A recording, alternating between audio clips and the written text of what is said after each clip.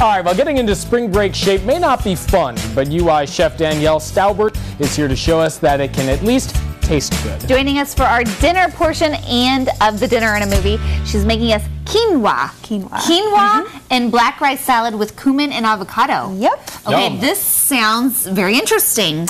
It's so funny. You look at all of the ingredients, you see a lot of green, a lot of onions and everything, and you're like, how does it all come together? And it really comes together with the spices and the avocado and the lemon, and all of it is just, it's really flavorful, and the texture actually of the different grains that we mixed in there makes it a really, really good dish. And this is going to get you in the mood for spring because this is lots of fresh stuff, lots of green. I mean, take a look at this plate. I was just like, wow. I mean, that's pretty great with the avocado and lemon, and what's this? That's actually some parsley. Some parsley.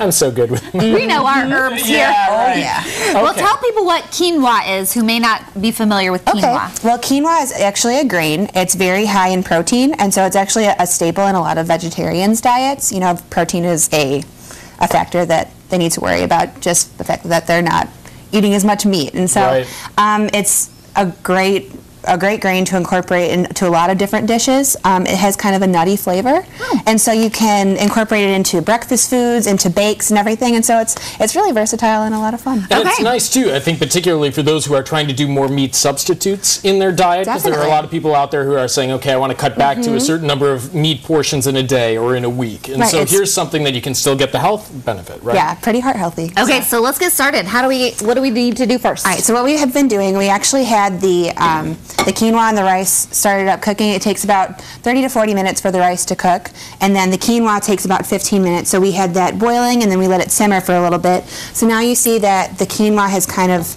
absorbed all of the water, and it's kind of translucent. And so this, you see like kind of the little yellow germ there? Fuzz that kind of comes up. Yeah, so it's a spirally little germ there, and that's indicative of the whole grain. So we had a bay leaf in here to kind of get some flavor. A bit so you can see it on the camera there. See, it's a little fluff that's right on the top. Yeah. So we're just going to take out this bay leaf. We were just infusing that flavor into the grain there. This one is done, so what we're going to do next, we're going to mix it all together at the end. So first we're going to actually saute some onions over here. Okay. So everybody pretty much knows how to saute onions as far as first? A little bit of oil, about half of that. Is that good? Perfect. What kind of oil do you like? That's some olive oil right there. So I'm going to get over there. Okay. And we're just going to let those onions go in there. Okay. We're going to saute them a little bit, and we're actually going to add our garlic and cumin. All right, and that's over here, garlic. And this is that looks fresh. That's actually, it's from the, it's actually from a jar. If a recipe calls for a clove of garlic, you can usually replace it with about a teaspoon of the prepared garlic, because you know it's messy to kind of prepare garlic every single time you want to use it. So I know in my household we just use the prepared stuff, and mine too, sister. Minced garlic. So a clove equals about 1 tablespoon. So there's about a clove is a teaspoon. So about 3 teaspoons. I thought it was a half a teaspoon. No? I learned a teaspoon. It might be different. Oh, okay. Well, a little garlic isn't going to hurt anyone. I mean, as long as I had an ex-girlfriend that used to say, as long as everyone's eating it, it's okay. Right? Right, I guess so. All right. So okay, what is this? That's cumin.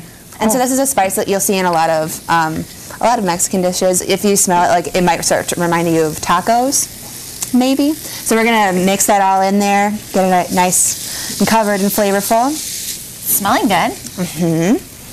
Is that why she was an ex-girlfriend? Because of the garlic? Because she wouldn't let me eat garlic alone.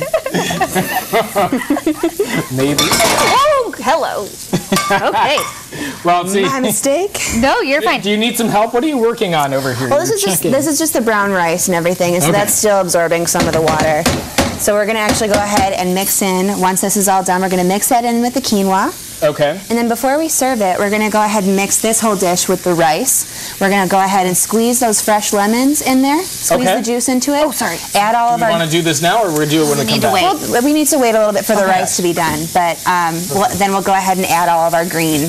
So part 2, and you want to see the end of this recipe coming up. So definitely. In the meantime, if you want to see, again, Danielle's great recipe, you just have to go online to our website at CILiving.tv. It's actually posted right now.